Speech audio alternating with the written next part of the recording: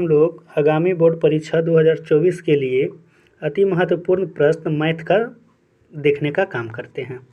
First प्रश्न है, निम्न में से कौन अपरिमेय संख्या नहीं है। यहाँ पर जो है चर्चा किया गया नहीं का। तो हम लोग जानते हैं कि अपरिमेय संख्या जिसका रूट निकल जाए वो अपरिमेय संख्या नहीं होता है। तो यहाँ पर जो इसका प्रश्न संख्या होगा, प्रश्न संख्या 1 का राइट आंसर है, option number A right answer है। नेक्स्ट प्रश्न देखते हैं, प्रश्न संख्या 2।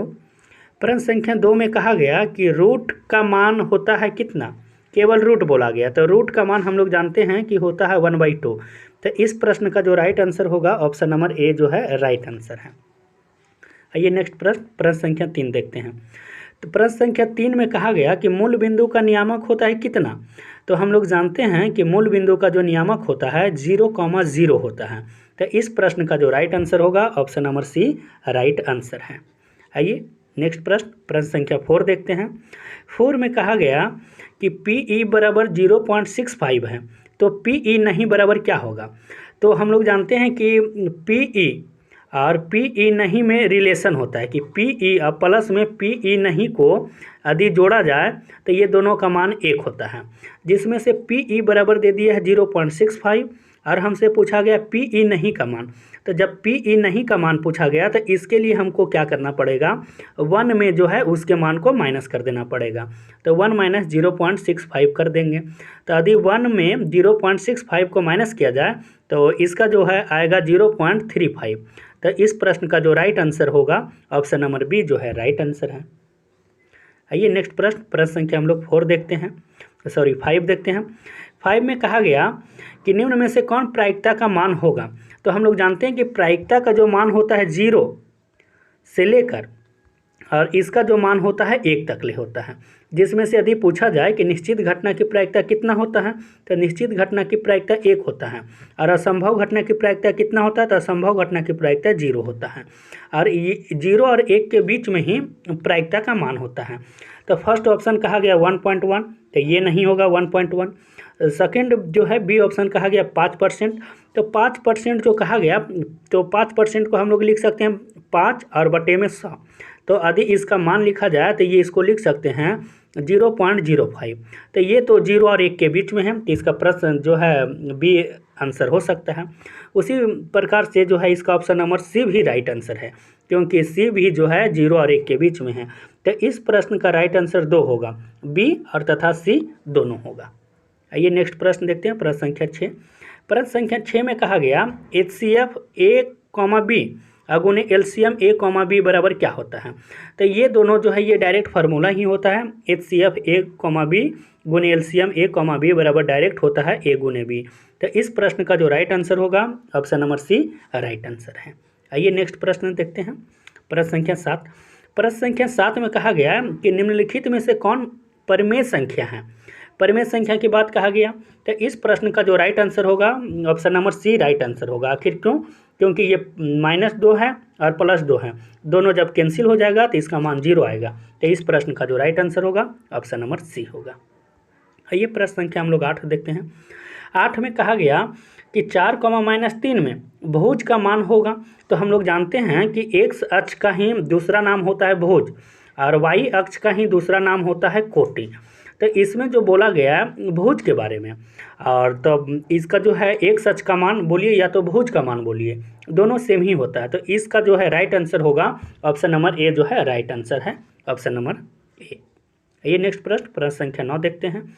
9 में कहा गया sin 0 डिग्री प्लस में tan 45 डिग्री का मान कितना होगा। तो हम लोग जानते हैं कि sin 0 डिग्री का मान 0 होता है, प्लस tan 45 का मान 1 होता है और 0 और 1 को यदि प्लस किया जाए तो 1 ही आता है। तो इस प्रश्न का जो राइट आंसर होगा, option number D right answer है। आइए प्रश्न संख्या 10 देखते हैं। 10 में कहा गया प्रथम 5 प्राकृत संख्या का माध्य। प्राकृत संख्या हम लोग गिनती की संख्या को कहते हैं, जैसे 1, 2, 3, 4 और 5 को। इसी में से पूछा गया कि इसका माध्य कौन होगा। तो जो बीच में रहता है वही इसका माध्य हो गया।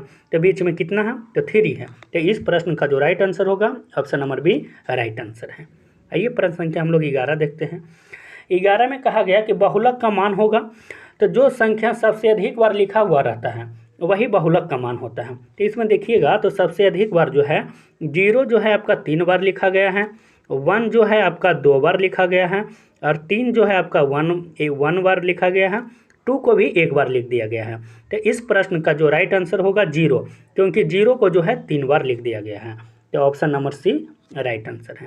आइए नेक्स्ट प्रश्न देखते हैं, प्रश्न संख्या 12 में कहा गया सबसे छोटी अभाज्य संख्या है। तो सबसे छोटी अभाज्य संख्या जो हम लोग कहते हैं वो 2 को कहते हैं।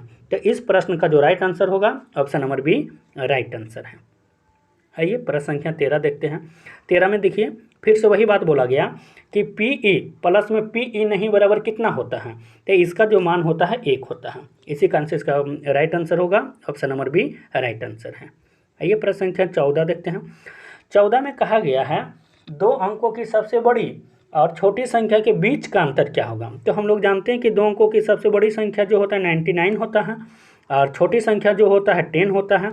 दोनों के बीच का अंतर बोला गया, तो यदि इस दोनों के बीच में अंतर निकाला जाए तो 89 आएगा। तो इस प्रश्न का जो राइट आंसर होगा option number D right answer है। आइए प्रश्न संख्या 15 देखते हैं। 15 में बोला गया कि -2, -3 किस चतुर्थांश में है। तो हम लोग जानते हैं चतुर्थांश के बारे में कि प्रथम चतुर्थांश में प्लस प्लस होता है, और सेकेंड में जो होता है माइनस प्लस होता है, थर्ड में जो होता है माइनस माइनस होता है, और फोर्थ में जो होता है प्लस कॉमा माइनस होता है।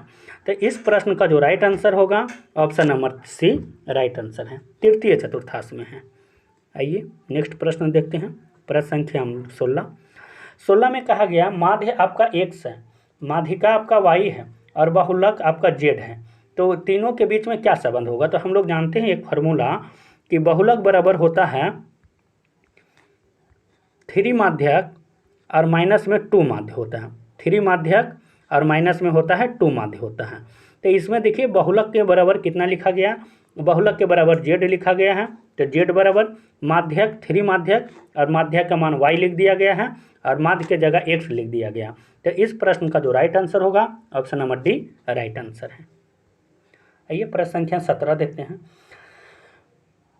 17 में कहा गया कि परिसर का मान ज्ञात कीजिए। तो परिसर बराबर जानते हैं कि उच्चतम सीमा, उच्चतम मान और न्यूनतम मान के बीच के अंतर को ही हम लोग परिसर कहते हैं। तो उच्चतम मान यहाँ पर 30 है, और न्यूनतम मान जो है हम लोग का 9 है। तो 30 - 9 = 21 आएगा। तो इस प्रश्न का जो राइट आंसर होगा option number D right answer है। आइए प्रश्न संख्या 18 देखते हैं। 18 में कहा गया 2 वृत्तों का क्षेत्रफल का अनुपात 9:4 है, तो उसके परिधि का अनुपात क्या होगा। तो जब भी यदि क्षेत्रफल का अनुपात दे दिया जाए और परिधि का अनुपात पूछा जाए तो बस जो भी दिया हुआ रहे उसी का बस आपको रूट निकाल देना है। तो रूट यदि निकाल दिया जाए तो 9 का हो गया 3 और 4 का हो गया 2। तो इसी को हम लोग लिख सकते हैं 3:2। तो इस प्रश्न का जो राइट आंसर होगा option number B right answer है। आइए प्रश्न संख्या हम लोग 19 देखते हैं। 19 में कहा गया यदि एक वृत्त की परिधि 132 सेंटीमीटर है तो इसकी त्रिज्या क्या होगा। तो हम लोग जानते हैं कि वृत्त की परिधि बराबर जो होता है 2πr होता है, और वृत्त की परिधि बराबर दे दिया गया 132। तो हम लोग 132 लिख देने का काम करेंगे। उसके बाद देखा जाए तो 2 है तो 2 लिखेंगे, पाई का मान हम लोग जानते हैं कि होता है 22/7, और त्रिज्या की जगह हम लोग r ही लिखेंगे। यहाँ से यदि कैंसिल किया जाए तो ये 6 बार में कैंसिल हो जाएगा, और ये 2 × 2 2 3 6 कैंसिल हो जाएगा। तो 3 7 कितना हो गया 21। तो इस प्रश्न का जो राइट आंसर होगा option number D right answer है। आइए नेक्स्ट प्रश्न देखते हैं, प्रश्न संख्या 20 में कहा गया कि 4.5, 6.5 किस पद में है। तो ये तो हम आपको बता चुके हैं कि प्रथम चतुर्थांश में जो होता है वो प्लस कॉमा प्लस होता है। तो इसमें सिर्फ पॉइंट दे दिया गया, लेकिन फिर भी ये जो होगा प्रथम चतुर्थांश में ही होगा। इसी कारण से इसका जो है राइट आंसर होगा option number A right answer है।